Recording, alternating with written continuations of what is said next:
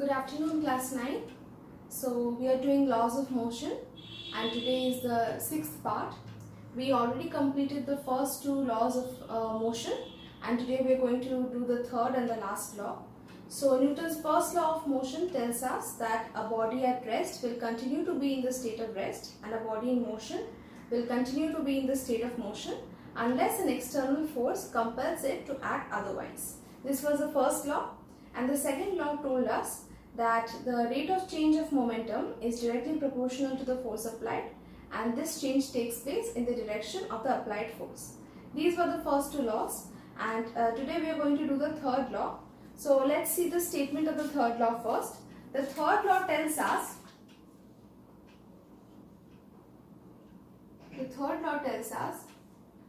to every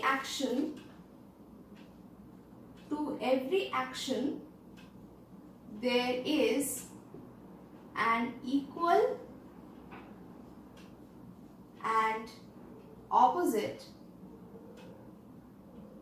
reaction. This action and reaction, all of these are forces. So the third law actually tells us how the forces act on the body.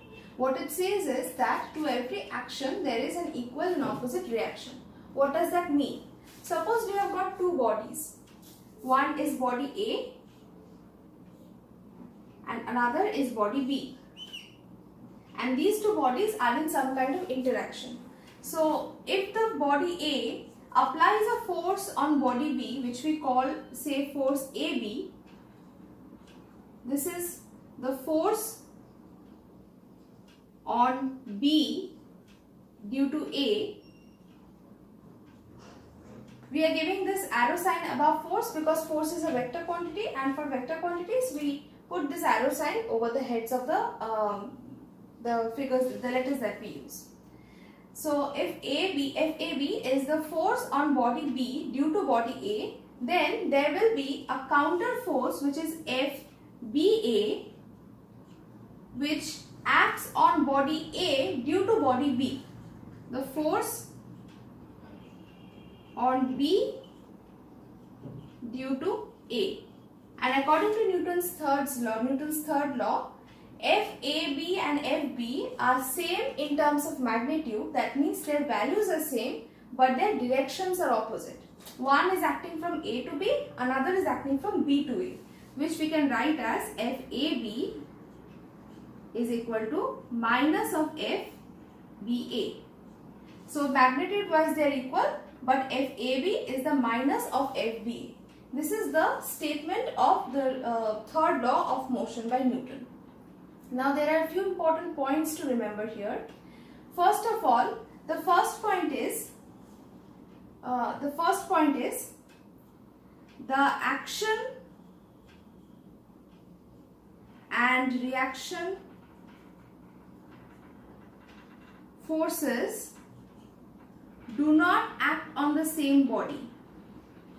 Do not act on the same body.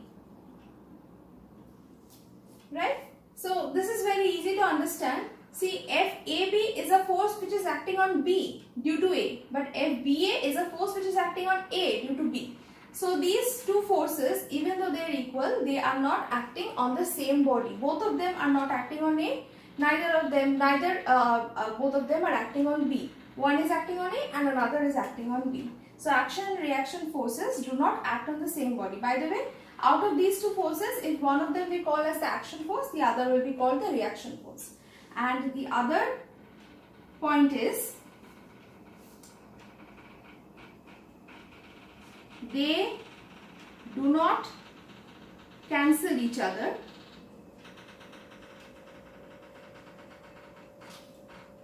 They do not cancel each other, which is obvious because if they are not acting on the same body, obviously they cannot cancel each other. And the forces of interaction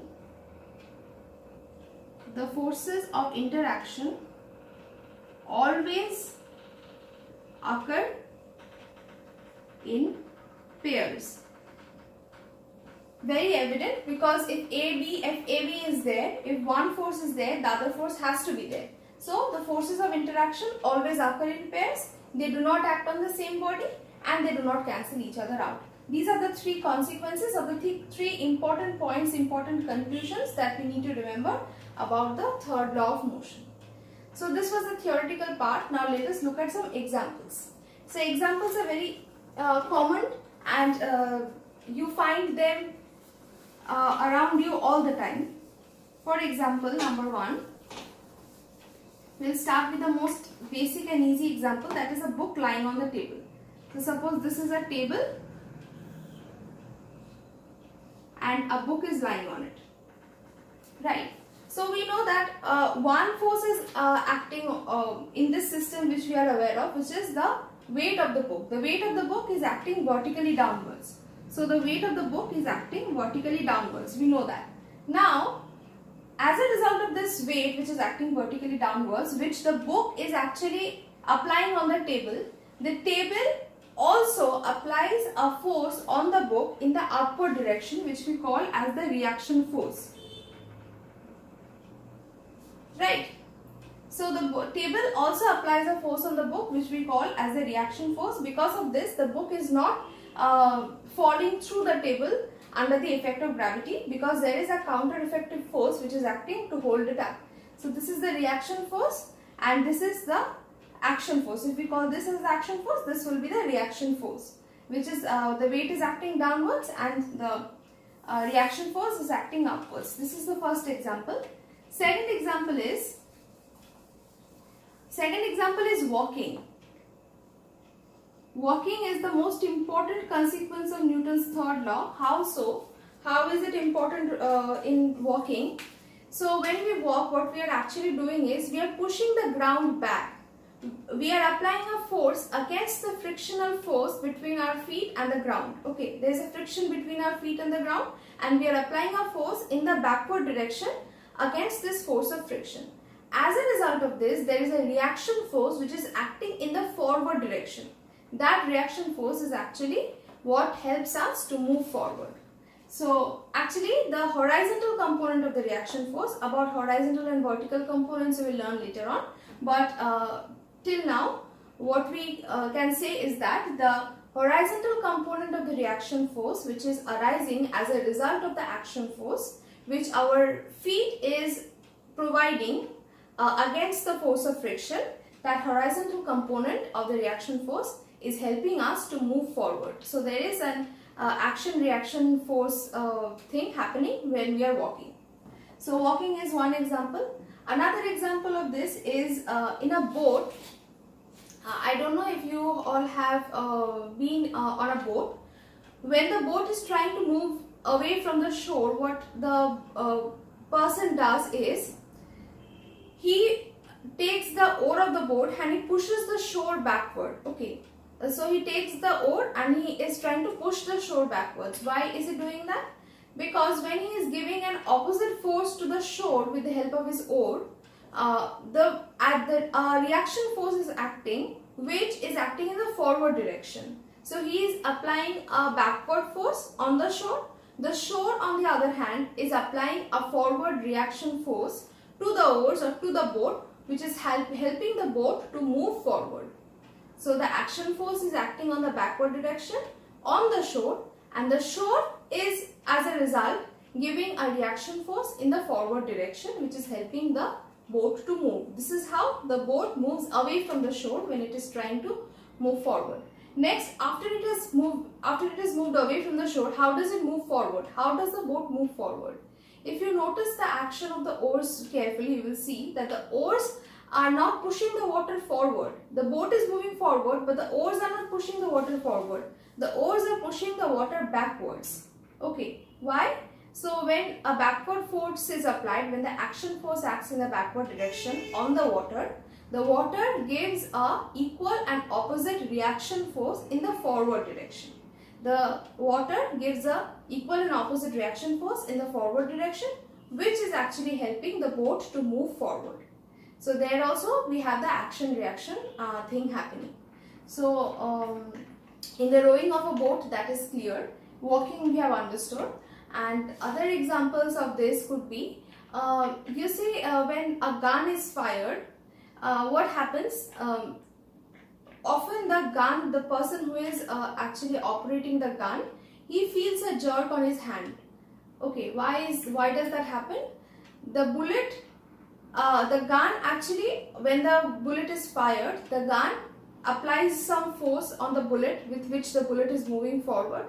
As a result of this, there is an equal and opposite reaction force which is acting in the opposite direction to the motion of the bullet, and so the person who is handling the gun, he feels a jerk on his hand because the force is pushing him. So that is another example. Another example is the motion of rockets, how rockets move. In the rockets, what happens? That there are various kinds of gases which are the fuel of the rocket, which is burning at very high temperature and pressure, and the mechanism of the rocket is such that they are expelled through a nozzle from the rocket with some amount of force, with a huge amount of force. As a result of this, because the rocket applies some force on the gases while eliminating them out of the nozzle, the gases also apply a reaction force on the rocket, and this reaction force acts in the opposite direction obviously and helps the rocket to move forward.